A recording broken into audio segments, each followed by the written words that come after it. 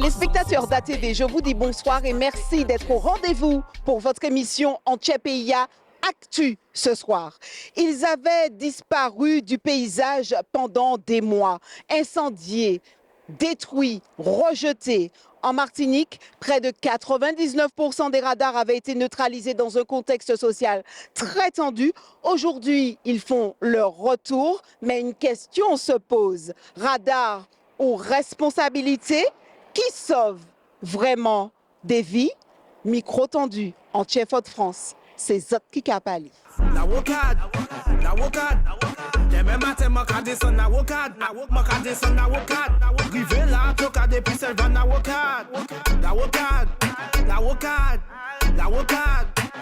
Bonjour monsieur, vous allez bien? Oui, ça va Régine, ça va bien, je vais très bien.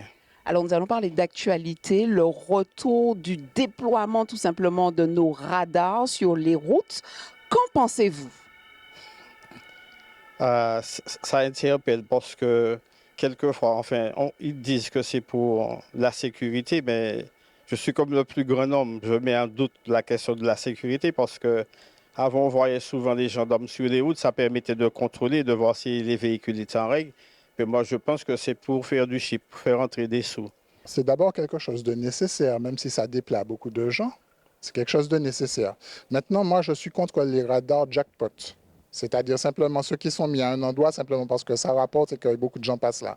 Par contre, ceux qui sont nécessaires là où il y a une forte accidentologie, bon, c'est magnifique. C'est une bonne chose pour les automobilistes, et puis pour leur sécurité surtout.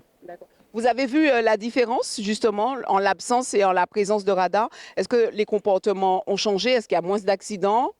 Même avec les radars, les comportements ne vont pas changer. Fait Il avec, y a un gros travail à faire sur nous. sur nous-mêmes, surtout en sortant de soirée. Et puis, quand ils sont pressés pour aller au travail. Madame, on va parler des radars. C'est un mal nécessaire. Pourquoi c'est un mal nécessaire? Parce qu'on croit nous compte quand même, ces radars-là, il y a quand même moins d'accidents. Et oui, parce que nous toujours eu la peur. Dit non seulement c'est policier, mais c'est PVA. Parce que la vie a sa chère. Parce que l'on pas payer PVA à 90 €, il a monté facilement à 300 €. Donc nous toujours eu la peur. Qu'en pensez-vous? Est-ce que du coup, bonne ou mauvaise chose? Mitigé. Mitigé. C'est vrai que là, depuis qu'ils ont brûlé les radars, on a l'impression qu'il y a une montée au niveau des accidents, au niveau de l'insécurité routière.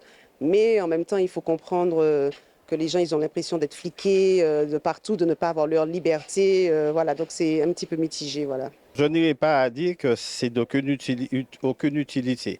Il y a peut-être le bon côté, mais je ne pense pas que ça soit fait dans cet esprit. D'accord. Pour vous, le bon côté, est-ce que vous pouvez nous en dire un peu plus quand vous dites le bon côté? Non, le bon côté, c'est que si ça incite effectivement les usagers, les automobilistes à lever le pied sur la pédale. Si ça sert à ça, d'accord, mais ils lèvent le pied sur la pédale. Une fois qu'ils ont laissé le radar, on met à fond sur l'accélérateur. Donc, alors, je ne sais pas, bon, ça c'est dissuasif, mais c'est déjà ancré dans les mentalités, dans les esprits ici, que c'est pour faire du chiffre, c'est pour gagner de l'argent. Donc, ça a du mal quand on a déjà ce type de pensée, c'est difficile à faire évacuer après. Nous opérons ça pour une machine à sous, effectivement.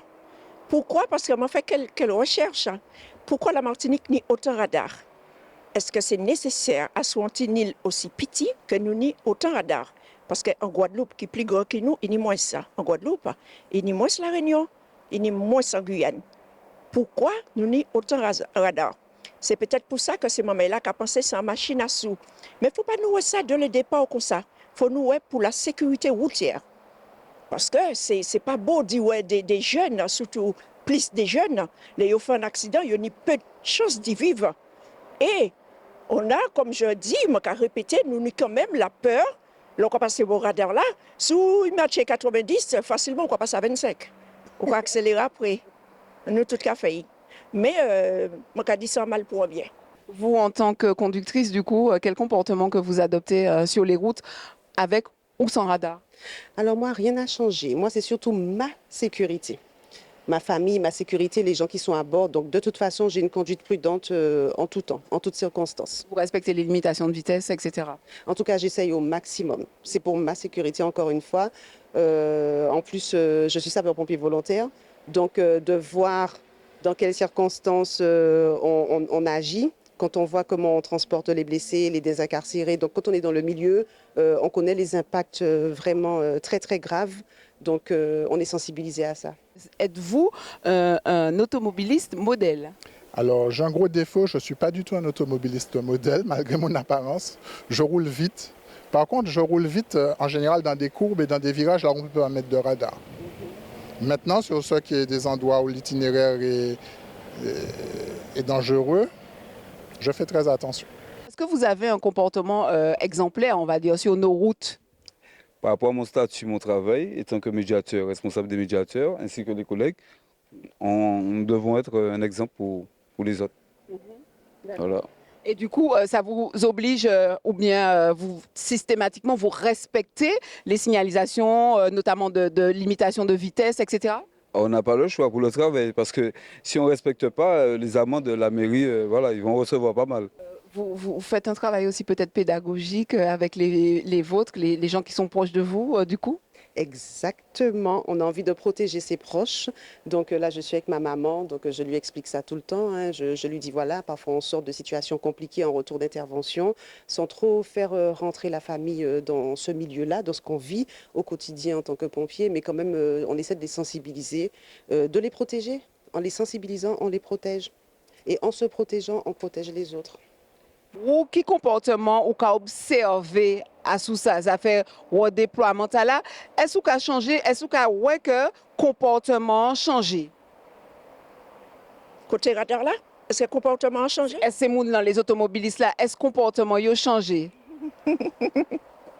Oui, nous en Martinique, nous quoi rester toujours déterminés et puis nous toujours les faire, ça nous les fait. Et on s'en va là en pays. Est-ce que ça a changé quelque chose? Je ne vois pas en fait. Je ne vois pas. De là, au moins, il est là. Et puis, au moins, quand on radar là qui brûlait par en bas là, tu vois. Donc, le comportement n'a pas vraiment changé. Parce que même si le radar là brûlé, c'est mon ani tête dit. C'est mon ani, il les fait ça, il les fait. Et en plus de ça, et puis, toute nouvelle toute nouvelle bagaille TikTok, toute bagaille, c'est mon savent côté ces radars là. Quel comportement que vous voyez des automobilistes sur les routes? Est-ce que c'est voilà, un comportement un peu, on va dire, carton rouge, tout simplement? Souvent, ouais. Ça vous fait peur? Ah non, moi, Vous conduisez, madame? oui, je suis là avec ma voiture. C'est assez compliqué sur la route quand même, hein, de voir des gens qui dépassent n'importe où, n'importe comment. Des fois, ça fait très, très peur. Très, très peur. Bon, moi, je suis assez prudente parce que j'ai des enfants, petits-enfants. Et puis, je fais un maxi pour aller et revenir chez moi. Voilà, et protéger les autres en même temps. Il n'y a pas comme poser que nous déjà savons. Nous déjà savons, nous quoi bon, mais si nous dit nous quoi vous aider, et faire là nous. Yo déjà envoyé message là dit nous. Côté ces policiers à placer, côté qui n'y ces radars là. Regardez, yo quoi mettez ces radars là, yo n'a pour l'autre, ben nous déjà au courant. Là, nous au courant que yo mettez, je crois, 4 vidéos, surveillance, je sais pas quoi, caméra, en bas pont vietnamien. Et nous tenons besoin de ça. Moi, je ne sais pas, ce n'est qu'une question. Parce que le 22, c'est là nous que jouons tambour. Nous, donc, c'est moi qui dis radar là, il faut mettre coton tige en oreilles. Parce que tambour qui va les fois, c'est le 22. Donc, je ne vois pas la nécessité d'y mettre autant. Pour certains, et même pour moi, des fois, moi, j'ai senti que nous, pieds, que nous pas ni liberté comme nous ni douaniers. Peut-être qu'il faut nous changer comportement, nous. Parce que c'est mon qui a acheté ces gros lotos cylindres. Il faut que vous savent qu'en Martinique, nous pas ni route pour ça. Parce que le matin venu là, il tenait en mission de moi comme un cheval. Hein? Il est poussé moi. Et pour moi punir, il m'a pas baillé. Parce que m'a dit on peut pas plus c'est les rats qui moi. Nous comme ça sous la route là délai. Nous les pousser mon non, mais c'est pas moi qui dois acheter gros loto. Pourquoi ne pas simplement respecter les signalisations, notamment de vitesse, limitation de vitesse? C'est ce que je fais, moi, je n'ai aucun problème. C'est-à-dire que je parle pour le plus grand nombre. C'est ça pour la majorité. Je dis ce que la majorité en pense, mais moi, je n'ai aucun problème avec cela. Je suis un adulte maintenant, je suis tranquille, je roule tranquillement sur les routes. Je ne me sens pas du tout concerné par la période du radar. Ça, Vous respectez les limitations de vitesse. je respecte non seulement les limitations de vitesse, mais je respecte toutes les règles qui sont imposées. Je suis un bon citoyen. Est-ce que pour vous, justement, ce redéploiement est tout de même nécessaire? Je ne sais pas, je donne ma langue au chat. Vous m'autorisez? Je vous en Je ne sais pas si c'est nécessaire, je ne sais pas. À mon avis, je me range du côté de la majorité également. Je pense que c'est une manière de prendre des sous, parce que l'État, c'est ce que nous pensons de l'État, et c'est ce qu'il fait d'ailleurs, hein. Au-delà de ceux qui appellent ces radars des machines à sous, est-ce que effectivement ça a une influence sur nos comportements?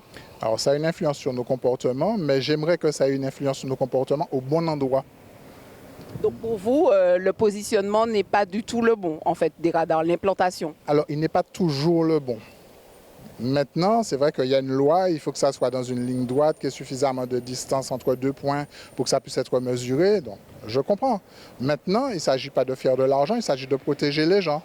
Quel regard que vous avez, vous, sur les automobilistes? Comment ils se comportent à l'approche d'un radar, mais en l'absence de radar? Ça fait des ralentissements, mais on n'a pas le choix. Est-ce que vous avez observé justement du coup le taux d'accidentologie en l'absence des radars et en leur présence? Alors, il semble qu'en l'absence des radars, il y a eu quand même pas mal d'accidents. Mais pas aux endroits où il y a des radars. À d'autres endroits. Donc, en fait, la présence des radars fait que les gens sont peut-être plus attentifs de manière générale à ce qu'ils font. Donc, ça a une utilité. Ça a une utilité, très bien. Du coup, pour, contre les radars? Pour, avec sagesse. Si nous t'es qu'à respecter tout simplement le code de la route, signalisation, limitation, vitesse, est-ce nous t'es que ni autant radar qu'à nous? Ça, c'est vrai. Ça, c'est vrai. C'est la bonne question. Effectivement, si nous t'es qu'à respecter, parce que nous, tout pas c'est permis, hein, nous savons qu'il y a des choses à faire sur la route, il y a des choses à ne pas faire. Qui peut respecter ça? Ni combien de temps qu'à conduire, Rosita? Oh là, mon Dieu, Régine, nous pas compter neige, moi, parce que je ne jamais. Belle monde, hein? Eh bien, merci. Ici, moi, j'ai le chemin, je ne pas pour en compliment. Ouais. Mon premier permis, moi, je suis parti en France en 78, j'ai fait 24 ans là-bas. Et mon premier permis, moi, en 83. Moi, c'est jamais, chérie, moi. Attendez, bon, tu as essayé de marcher calpati. Tu as essayé, moi, tu C'est pas grave. Tu as regardé comment marcher calpati. Bon, bref. Mais est-ce que j'ai attrapé peut-être contravention, excès de vitesse? Est-ce que j'ai flashé, Rosita? Non, il n'y a pas jamais flashé moi, mais il a acheté moi puis téléphone pour volant. Ça, c'est encore l'autre débat. Là, il a acheté moi puis téléphone. Eh bien, il n'est pas loin, ici, à la même. Mais non, tout pendant mon temps en métropole, non. Non, je suis quand même assez prudente. Et puis, mon père m'a payé ça, moi, pas. J'aime pas ça. Payer contravention, j'aime pas ça du tout. Non. Donc, quoi faire en sorte pour ne pas attraper? Moi, je fais en sorte pour ne pas attraper. Je fais attention. C'est vrai, les soirs là où je travaille, qu'on vit entre Bocaillou. Donc, je pousse l'auto à Tibouin-Plis, sachant qu'il y a moins l'auto sur la route le soir, les maladies travaillent. Donc, nous toutes, nous finissons, surtout le soir, pour essayer de rentrer Bocaillou. Mais il faut faire quand même attention parce qu'on ne pas tous dans les routes là. On constate peut-être aussi plus d'accidents ou moins d'accidents en présence des radars? Il y aura toujours des accidents, malheureusement. Vous levez le pied, vous respectez les limitations de vitesse, vous levez le pied du coup en présence de radars, vous faites très attention toujours, même s'ils sont présents ou pas? Sans radar, moi, je fais très attention. Je respecte les limitations parce qu'on a la famille à bord, hein, et il faut protéger la famille, c'est le potomitan de notre vie, hein.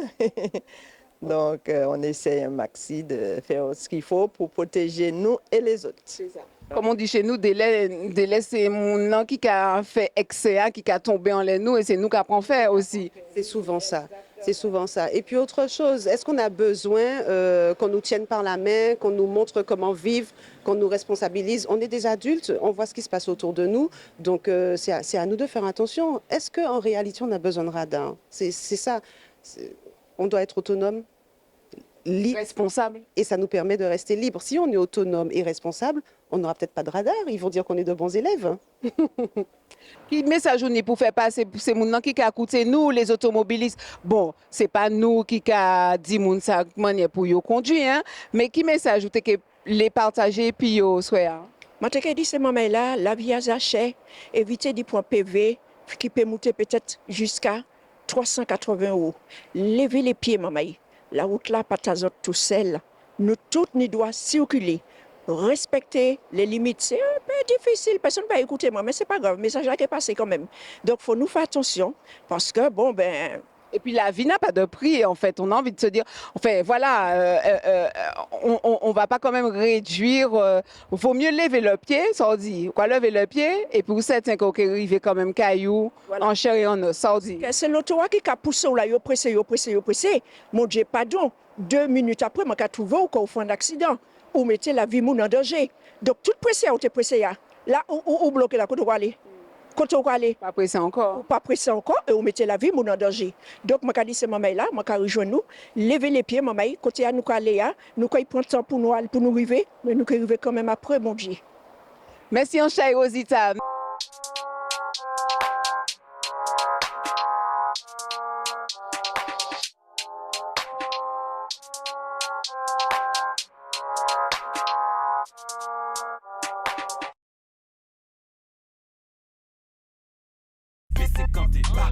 Backshot si ça nous aime ça voyez monter. Backshot si ça nous aime ça voyez monter. Backshot si ça baissez quand t'es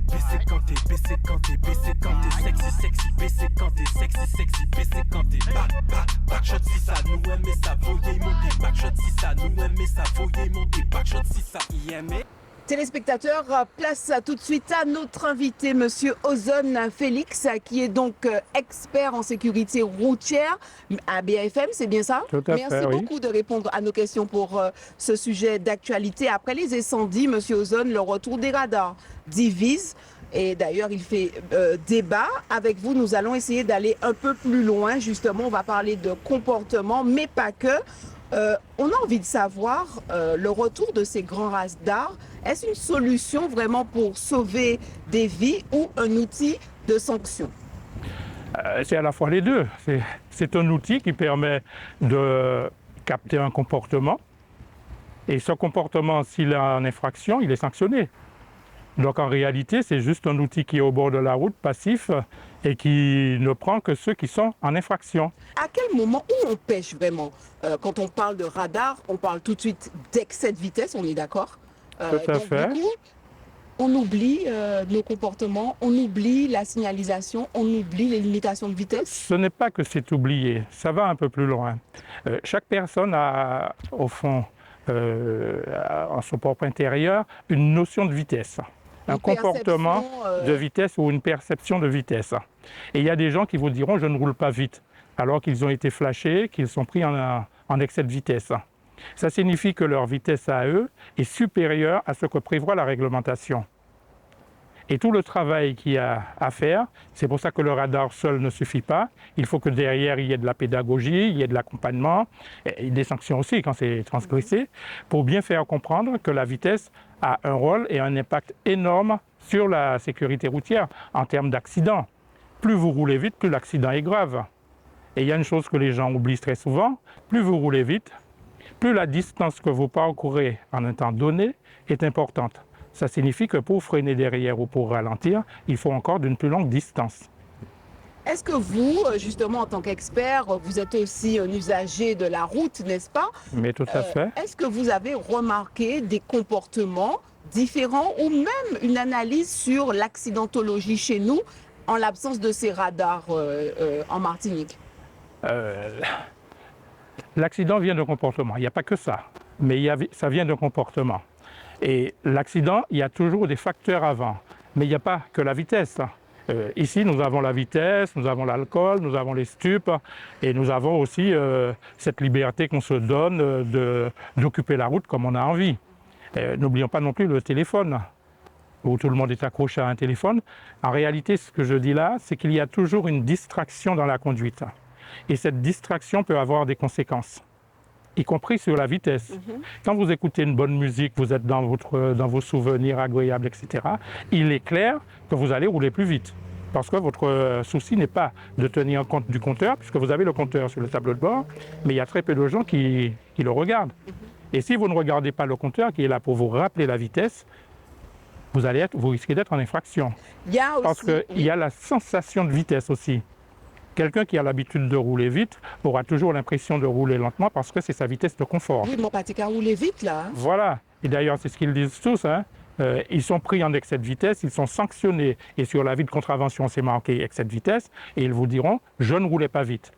Mais la conséquence, c'est que ces gens-là vont remettre en question tout l'environnement, sauf eux. La route est belle, je ne vois pas pourquoi on limite à 50. La signalisation n'est pas adaptée. Cette route permet de rouler plus vite. J'ai une voiture qui le permet, etc. Mais ils oublient tous qu'en réalité, la voiture, l'environnement, n'a qu'une personne pour maîtriser tout ça, c'est le conducteur. Alors, il y a peut-être aussi d'autres facteurs aussi qui viennent se greffer à ce taux d'accident chez nous en Martinique. Vous avez parlé à l'instant d'environnement. On a des routes aussi qui sont très mal éclairées, voilà, qui viennent justement s'ajouter, se greffer à ces critères que vous venez de citer aussi, où on n'a pas forcément une bonne visibilité. Alors, vous allez me dire, oui, mais quand on n'a pas une bonne visibilité, voilà. On lève le pied. Le principe même de la conduite, c'est de rappeler que le conducteur est maître du véhicule. Et s'il y a des circonstances à risque, par exemple une mauvaise visibilité, le conducteur doit réduire sa vitesse. Et ça, il faut l'intégrer. Ce n'est pas parce que là, il y a un panneau qui dit la route, on peut rouler jusqu'à 90, qu'on peut rouler à 90 partout. Si vous faites certaines routes de campagne, même pas de campagne, de route nationale, vous voyez que maintenant l'herbe a tellement poussé que ça retombe sur la route. Mais complètement. Il est clair que tout conducteur, il est clair que tout conducteur est tenu de maîtriser son véhicule, donc de maîtriser sa vitesse. D'autant que la route n'est pas destinée qu'aux véhicules. Alors, je rebondis quand même sur un point que vous avez évoqué. D'ailleurs, c'était ma prochaine question sur l'implantation même des radars. Comment ça se passe? Est-ce que vous savez comment ça se passe? Qu'est-ce qui détermine que sur telle portion de route nécessite un radar limité à telle et telle vitesse? Oui, ça c'est une question à poser aux autorités qui s'occupent des infrastructures. Mais d'une manière générale, le radar peut être considéré juste comme un outil, comme une aide à la conduite. Qu'est-ce que les gens font quand ils voient un radar? On lève le pied. On lève le pied. Donc ça signifie que ça a quand même une valeur pédagogique. Derrière, si vous n'avez pas levé le pied, c'est clair, ça relève l'infraction et vous êtes sanctionné. Donc le radar, c'est juste un outil. Et ce sur quoi il faut vraiment travailler, c'est sur le comportement et sur comment intégrer cet outil dans sa conduite au quotidien. Vous, en tant que justement expert sécurité routière, mais je sais aussi que peut-être que vous accompagnez beaucoup de personnes qui se retrouvent malheureusement avec des points en moins sur leur permis et donc qui sont amenés à refaire toute une pédagogie pour pouvoir être réhabilités, prétendre à une réhabilitation peut-être potentielle du volant. Est-ce que c'est un maillon qui est très très important pour, entre guillemets, se réconcilier avec la route, mais aussi, du coup, rappeler les comportements à conduire. C'est comme si, en fait, on repassait notre permis, tout simplement, et vous dire, attention, là, voilà, fashion ne faut pas. C'est l'une des difficultés de la conduite. Des gens passent leur permis à 18 ans et quelquefois n'ont aucun recyclage, aucune formation complémentaire pour remettre en question leurs connaissances. Maintenant, dans tous les métiers, vous êtes obligé de faire du recyclage, d'aller quand même vous performer et tout. Se remettre à niveau. Donc, effectivement, là encore, le radar peut avoir une approche pédagogique, puisque une fois qu'il a relevé l'infraction et que vous manquez des points, vous vous sentez obligé d'aller en stage pour récupérer ces points. Et ce stage, en réalité, c'est ce qu'on appelle vulgairement stage de récupération de points, c'est un stage de sensibilisation à la sécurité routière. Donc il y a quand même une dimension à remettre en cause le comportement et faire en sorte que le conducteur puisse changer son comportement en fonction de la réglementation et aussi ne pas se retrouver à perdre des points puisque ça coûte des sous quand même. Alors, je ne sais pas si vous êtes le bon référent pour répondre à cette prochaine question, mais est-ce qu'effectivement nos derniers accidents révèlent effectivement l'utilité vitale même des radars chez nous en Martinique? On ne peut pas tout centrer sur les radars. Je répète, le radar, c'est un outil. Il y a d'autres outils, mais il y a aussi la prise conscience individuelle et personnelle de savoir se remettre en question. Et le stage a cet effet à ce moment-là, a toute son importance, parce qu'il oblige à une réflexion. Et même le stage évolue. Là, on est dans une nouvelle version du stage de sensibilisation à la sécurité routière qui doit, au bout des 2 journées, aboutir à un changement de comportement. Il est clair que tout le monde ne vient pas et changera de comportement tout de suite. Et malheureusement, on n'a pas non plus, on va dire, cette prétention d'y aller de manière très spontanée. Et quand on y est, c'est parce qu'on a été victime de sanctions. Et est-ce que du coup, ça nous permet de... J'aime pas tellement le terme de victime de sanctions. On n'est pas victime.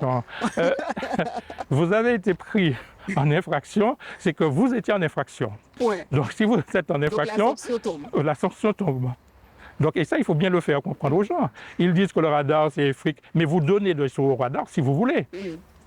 C'est nous, si vous passez près du radar tranquillement, voilà, vous avez les cartes en main. Si vous passez près du radar tranquillement, en respectant la vitesse sans problème, une conduite pépère, etc., mais le radar ne vous coûte rien. Donc, ce n'est pas le radar qui vous coûte cher, c'est votre comportement qui vous coûte cher. Est-ce qu'il y a un relâchement des conducteurs d'année en année? Est-ce qu'il y a des profils qui sont récurrents où tout le monde est concerné? Tout le monde est concerné. On peut tous être à un moment dans un état d'esprit où on n'est pas disponible pour la route. Parce que la conduite, c'est être en permanence en pleine conscience. La conduite en pleine conscience, c'est que je suis au volant, je suis sur la route, j'analyse ma conduite, j'analyse la route. Mais en réalité, nous savons tous que la route est considérée comme une variable d'ajustement. Je pars, je vais au travail, mais à peine parti, ma tête est déjà au travail. Donc la route, elle ne compte pas. Je pense à tout, j'organise ma journée et tout. Et même quelquefois, la route n'entre pas dans mon agenda. Parce que le délai de route, ça compte. Si je dois prendre 1 heure pour aller quelque part et que je m'organise et je pars 5 minutes avant, la route ne me permettra pas de rattraper ce retard. Par contre, j'aurai l'impression qu'en roulant plus vite, je vais arriver plus vite. C'est faux. Donc en réalité, c'est un comportement et apprendre aux usagers à vraiment intégrer dans leur planning, dans leur organisation de journée, le temps de la route, ça permet je sais que c'est 20 minutes de route si je respecte les limitations, intégrer dans mon planning, mais c'est 20 minutes. On sait que le permis en lui-même a évolué. Quand on passait notre permis il y a quelques années de cela, ce n'est plus la même pédagogie non plus, peut-être qui existe. Est-ce qu'il n'y a pas quelque chose à faire au niveau de l'accompagnement au permis, ce côté pédagogique, le côté comportement vraiment, parce que aujourd'hui on est à la maison, on peut passer le code à distance pour certains. En fait, les choses ont vraiment changé. Il y a des choses qui étaient palpables à l'époque où on avait vraiment ce vrai contact. Aujourd'hui, ça disparaît. Petit à petit, on se retrouve juste des fois avec notre moniteur au volant pour un certain nombre d'heures de conduite. On se dit, OK, il est à même à pouvoir passer le permis, mais après, tout de suite après, surtout vous avez évoqué tout à l'heure le jeune public, n'est-ce pas, qui est, on va dire, je vais pas les cibler forcément, mais ce jeune public qui quelquefois, du coup, il est tellement content d'avoir le permis. Allez, j'ai mon permis, et puis ça fuse, je vais chercher les poteaux, on prend la route, et là, tout de suite, excès de vitesse, etc., etc. On est dans l'euphorie, on est content. Est-ce qu'il ne faudrait pas apporter peut-être des éléments d'accompagnement, de prévention aussi psychologique pour qu'on soit, Aujourd'hui, le permis a été revu. Oui. C'est vrai que la partie code peut se passer en individuel, on prépare chez soi, etc. Mais on est censé apprendre le code. D'ailleurs, le code, c'est la conduite à tenir sur la route. C'est ça. Donc, comprendre les règles de la route, comprendre la signalisation, comprendre le pourquoi de la signalisation. Maintenant, vous savez pertinemment que quand un jeune va passer son permis, ce n'est pas forcément seulement pour gérer de la mobilité. Et si ce n'est pas pour gérer de la mobilité, c'est quelquefois aussi pour se faire plaisir. Et à partir du moment où il y a plaisir, il y a risque. Il y a risque, c'est ça. Parce que la conduite, elle est à risque. Et la formation même a évolué. Aujourd'hui, l'enseignement de la conduite repose sur l'analyse des risques, l'anticipation des risques. On doit analyser chaque fois que je prends le volant, quels sont les risques. Alors, ce qui revient le plus souvent, pour revenir, et ce sera l'une de mes dernières questions sur la présence même des radars, on parle de changement de comportement en leur présence, donc un changement ponctuel autour, un peu avant les radars, devant le radar, quelques mètres après le radar, et puis après, basta, on continue. Voilà, c'est quand même... C'est bien pour ça que je reviens sur la notion de comportement. Parce qu'il y a des gens, ce qu'ils veulent éviter, c'est de payer une infraction, de se faire prendre en infraction. Oui, parce donc, que, voilà, ralentir donc devant, ils ralentissent avant, après, ils accélèrent après, et en réalité, ça signifie qu'ils n'ont pas intégré le comportement qui convient par rapport à la sécurité routière. Puisque si on met le radar, si on met en place une signalisation, c'est pour attirer l'attention du conducteur sur les risques. Le problème, c'est que la conduite va avec des lois physiques. On parle de responsabilité collective, du coup. Au-delà de la responsabilité physique collective, je vais surtout m'attarder sur la connaissance des lois physiques. Vous demandez à n'importe quel usager qui conduit et qui a une expérience combien de mètres il faut pour freiner un véhicule quand vous roulez à 50 km/h, il y a très peu qui sont capables de répondre. Pourtant, la conduite, c'est maîtriser ces éléments-là. La conduite, elle est physique, il y a des maths. Ben oui, il y a une méthode qui dit on multiplie le chiffre de la dizaine par 5. Donc ça fait 5 x 5, 25 mètres. Oula, ça fait énorme. C'est énorme quand même, 25 mètres. Eh ben oui. Ah ouais, d'accord. Bon, et c'est ça. Tu vas être recalé. Hein, c'est ça justement la difficulté. C'est-à-dire que est-ce qu'on a cette notion de distance quand on conduit? Par contre, la signalisation respecte ça, cette notion de distance. Aujourd'hui, on attend trop peut-être du radar de manière globale et pas assez de nous-mêmes. Mais c'est un comportement social. Hein. Voilà. Tout doit venir de l'extérieur, alors que moi, ce que je dis, ça doit venir d'abord de l'intérieur, c'est-à-dire de l'individu. L'individu se prend en charge, il fait ce qu'il faut, il n'y a pas de problème. Si vous deviez dire une seule chose aux conducteurs martiniquais aujourd'hui, ce serait quoi, monsieur Ozone Félix? Il y a deux choses à leur dire. Bon, la route, c'est juste un espace pour gérer de la mobilité, pour aller d'un point A à un point B. En partant à l'heure, on arrive à l'heure. Si on prend son temps, on arrive. Si on est pressé, on risque de ne pas arriver. Donc à chacun de réfléchir. Merci beaucoup, monsieur Félix Ozone. On rappelle que vous êtes expert en sécurité routière. BAFM, c'est bien ça? Tout à fait. Vous pouvez nous rappeler BAFM? Brevet d'aptitude à la formation de moniteur, c'est ce qui correspond. C'est un sigle qui correspond à un titre qui permet de former des moniteurs, d'assurer les stages permis à point, les recyclages, etc., en sécurité routière. Merci beaucoup en tout cas pour le travail que vous faites auprès de ces usagers de la route également. On rappelle que le retour des radars en Martinique ne laisse personne indifférent. Entre outils de prévention et symboles de sanction, les avis restent partagés. Mais au-delà des dispositifs, une réalité demeure. Ce sont aussi les comportements qui font la différence sur la route. Alors les radars peuvent-ils vraiment changer les choses ou la solution est-elle d'abord entre les mains de nous, conducteurs? Le débat, lui, est loin d'être terminé. On se retrouve très bientôt pour un autre sujet en TPIA Actu. Quant à nous, pas oublier, émission Tala, c'est Azot et c'est Zot qui cavale.